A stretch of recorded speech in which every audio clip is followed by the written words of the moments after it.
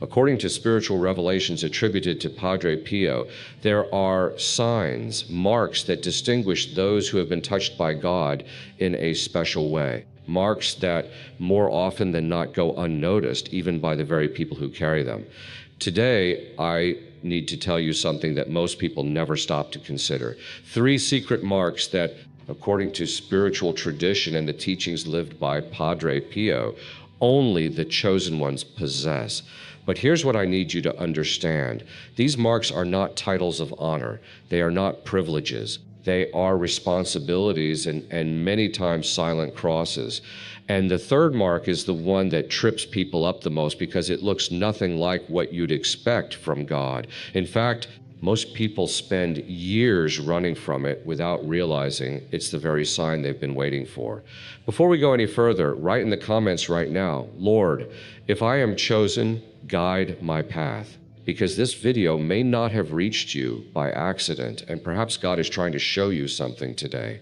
Padre Pio, known for his deep union with Christ, carried the wounds of Jesus on his own body. But he always taught that there are marks even deeper than those, marks you cannot see with your eyes, but that reveal themselves in the soul. He used to say that God does not choose perfect people, but available souls. Souls that even when wounded, keep seeking. Souls that even when they fall, rise again. And that is where the first mark begins. There is something you need to know about Padre Pio before we go any further. Not the version that exists only in paintings and prayer cards, the real man, the one who woke before dawn every single day, knelt on cold stone floors, and spent hours in prayer before most people had even opened their eyes.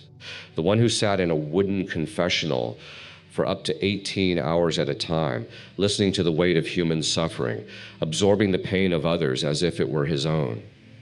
He was not a distant figure wrapped in holiness. He was someone who knew what it felt like to be tired, to doubt, to suffer without explanation. He bled from wounds he did not ask for and endured spiritual attacks that would have broken most people beyond repair. And yet, through all of it, he developed an understanding of the soul that was unlike anything his contemporaries had seen. He spent decades observing people, listening to them, praying over them. And what he came to understand was this, that God leaves fingerprints on certain souls, not visible ones, not the kind that show up in photographs or earn applause in a room, but deep interior marks, patterns that repeat themselves across different lives, different backgrounds, different levels of faith, patterns that once you know how to recognize them, become unmistakable.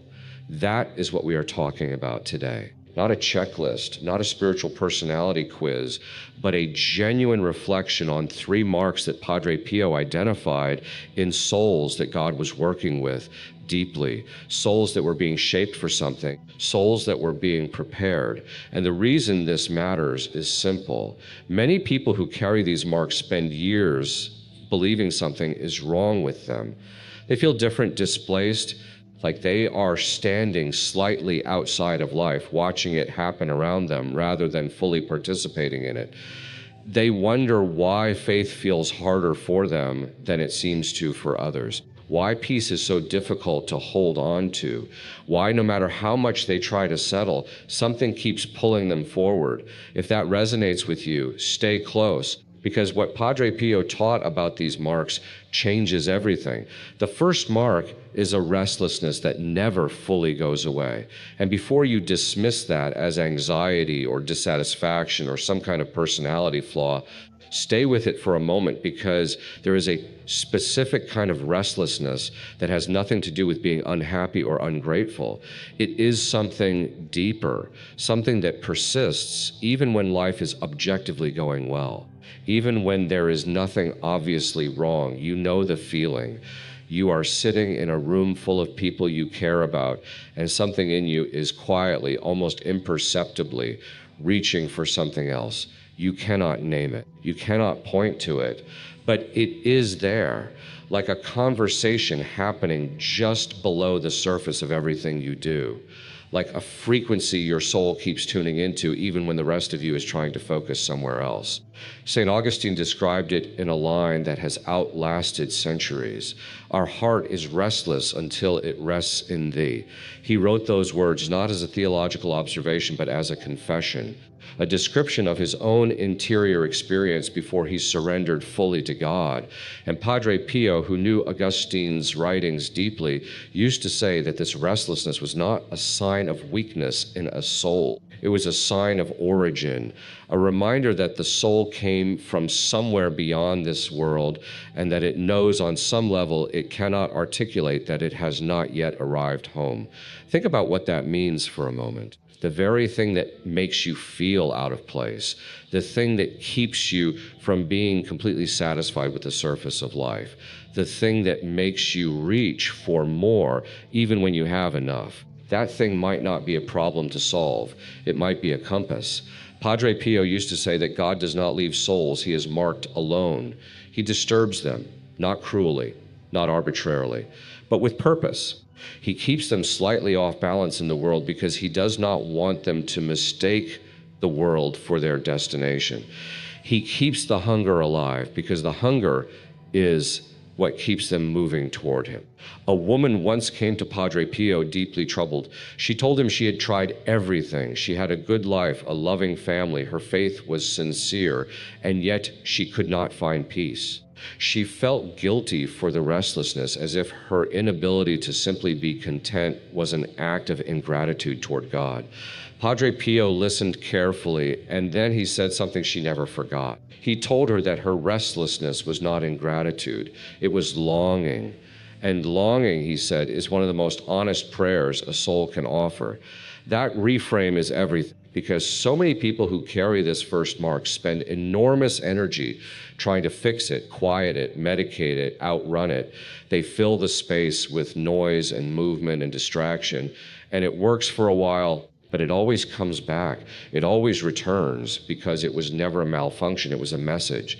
If you recognize this in yourself, the invitation is not to finally find a way to silence it. The invitation is to follow where it leads, to let it be what it actually is, the beginning of a deeper interior life, the first thread of a conversation with God that has been waiting for you to stop running long enough to listen. Now, hold that thought, because what comes next will either confirm something you already suspected or completely rewrite the way you have been reading your own life. The second mark is harder to accept, and when you hear it, your instinct might be to push back because it challenges one of the most common assumptions people carry about what it means to walk closely with God. The second mark is this: the chosen ones do not have easier lives. They have harder ones, not harder in every way, not harder without purpose, but harder in the sense that they are given more to carry, more to face, more to endure. And this is not an accident. According to Padre Pio, it is a direct consequence of how deeply God is invested in a particular soul. He used an image that is worth sitting with. He said that the soul being shaped by God is like gold inside a furnace. The heat is not punishment. The heat is the process. The fire does not destroy the gold. It purifies it. It removes everything that was never truly part of it in the first place. And when it comes out the other side, it is more itself than it ever was before going in. That image is striking because it reframes suffering entirely, not as abandonment, not as evidence that God has turned away, but as evidence that God is present and actively working, that the fire you are standing in right now is not the result of being forgotten. It may be the result of being chosen. Padre Pio himself lived this with extraordinary intensity. He endured physical suffering that lasted for decades. He faced accusations from within the church he loved. He was forbidden at various points from saying Mass publicly, from answering letters, from exercising his ministry. He was investigated, doubted, and misunderstood by people who should have been his allies. And through all of it, he did not interpret those trials as signs that God had stepped back. He interpreted them as signs that God was very close. Look at the pattern in Scripture, and you will see it everywhere. Joseph was thrown into a pit hit by his own brothers before he was elevated to save a nation. Job lost everything, absolutely everything, before he was restored. The apostles were scattered, imprisoned, and martyred. And Jesus himself, the one whose life is the ultimate template for every chosen soul, went to the cross before the resurrection. The pattern is consistent. The depth of the trial is proportional to the depth of what God is preparing. That does not make the pain easier to bear, but it does make it possible to bear it with a different posture, not collapsed under it, not shaking your fist at heaven, but standing inside it with a kind of hard-won trust that says, I do not understand this, but I know who is with me. Here is where Padre Pio issued his most urgent warning. He said the greatest danger for a soul in the midst of trials is not the trial itself. It is the interpretation. Because when the suffering is intense enough, when the darkness lasts long enough, the temptation to believe you have been abandoned becomes almost overwhelming. And that is precisely when many souls turn back. They have carried the weight faithfully for years. And then one morning they wake up and the weight feels like too much. And the silence from heaven feels like indifference. And they quietly close the door. They do not make a dramatic exit. They just stop. They settle for a version of life that asks less of them. And in doing so, they walk away from the very threshold they were about to cross. Padre Pio grieved this. He used to say that some of the souls closest to a breakthrough were the ones who gave up just before it arrived.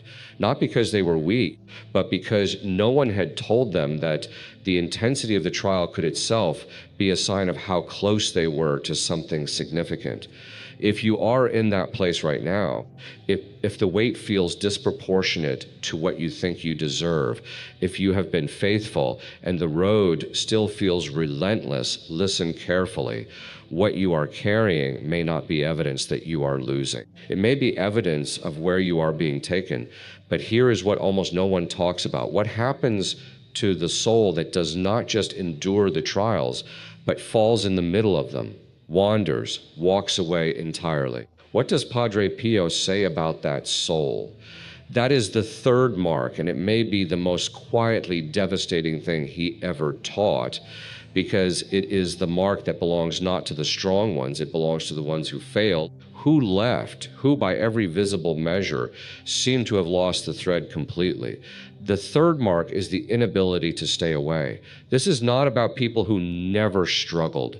This is about people who struggled deeply, who walked away, who at some point decided that faith was too demanding or too confusing or simply too painful to maintain, who lived for a period outside of it, genuinely, not just going through motions, but actually setting it down and walking in a different direction. And who came back anyway, not because someone pressured them, not because circumstances forced them, but because something inside them refused to let the door close all the way. Because even in the middle of the distance, in the middle of the noise and the distraction and the deliberate looking away, there was something that kept pulling, quietly, persistently, without drama, just a steady, patient insistence that would not leave them alone. Padre Pio called this the mercy of the mark. He said that when God places his hand on a soul, he does not remove it because that soul wanders.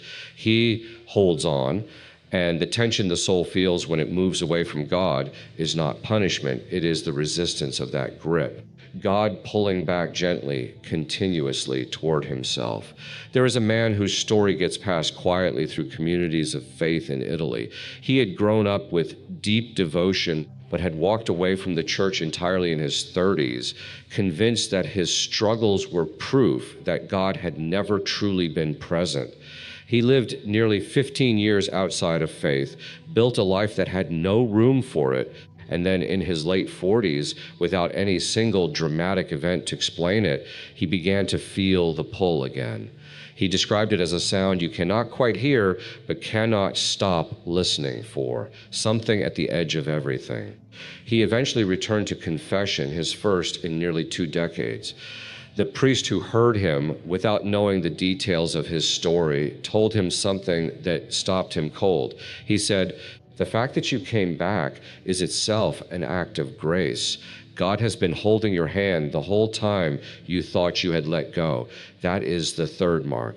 Not the falling, not the wandering, but the returning. The fact that you cannot fully close the door no matter how hard you try. The fact that even in the middle of your most deliberate distance, something in you keeps one hand on the wall feeling for the way back. Padre Pio used to say that this capacity for return was not a human virtue, it was a gift. It was evidence that God had invested something in that soul that could not simply be discarded, that the soul, no matter where it went, carried within it something that belonged to God, and that belonging does not expire. If you have lived through seasons of distance, if you have wondered whether your wandering disqualified you from something, if you have felt that others who never strayed are somehow more deserving, hear this clearly. The prodigal son did not earn his return. He simply turned toward home. And the father who had been watching the road ran to meet him before he even finished the walk. The return itself was the sign, not its perfection, not its speed, just its direction. Now, if these three marks feel familiar, the question that follows naturally is, what do you do with this? How do you respond to what God seems to be doing in you? Padre Pio was not a mystic who kept his teachings locked in the abstract. He was intensely practical, and his answer was never complicated. It was consistent. He began with confession. He did not treat it as an obligation to be discharged once a year. He treated it the way a person who has been walking through mud treats a basin of clean water, with relief, with gratitude, with urgency. He believed that the soul accumulates weight it cannot always see, and that the confessional was a place where that weight was not just acknowledged, but actually lifted. He spent more hours in that small wooden box than almost anywhere else, because he had watched again and again what happened to a person on the other side of genuine confession. They walked in bent, they walked out straight, not because they suddenly had easier lives, but because they could breathe again. He returned constantly to the rosary, not as a devotional performance, but as a lifeline. He held those beads so often that they wore smooth in his hands. The decades rubbed down to near silence. He prayed it the way you would return to a conversation with someone you trust completely, without needing to impress, without needing to feel anything in particular, just showing up word by word, decade by decade, because the act of returning was itself the prayer. He told people who struggled with distraction not to be discouraged. He said that even a scattered rosary offered honestly was worth more than polished silence offered out of obligation. He spoke about the Eucharist in terms that were almost physical. He said that something real happened when a soul came to the table, something that operated below the level of feeling and did not require emotional confirmation to be true. He had watched people receive the Eucharist through tears, through numbness, through profound doubt, and he had seen in each of them in the days that followed a quality of endurance that could not be explained by willpower alone. He said once, "Stay close to the Eucharist and you will find that God does not need you to feel his presence in order for his presence to be real." And he spoke about the home, not as a superstition, but as a theology of space. He believed that the places where we actually live, where we argue and rest and raise children and face our worst moments, those spaces were not neutral. They could be given to God or they could be left to drift. A crucifix on the wall was not decoration, it was a declaration. Holy water at the door was not ritual, it was a daily physical act of saying, this house belongs to someone.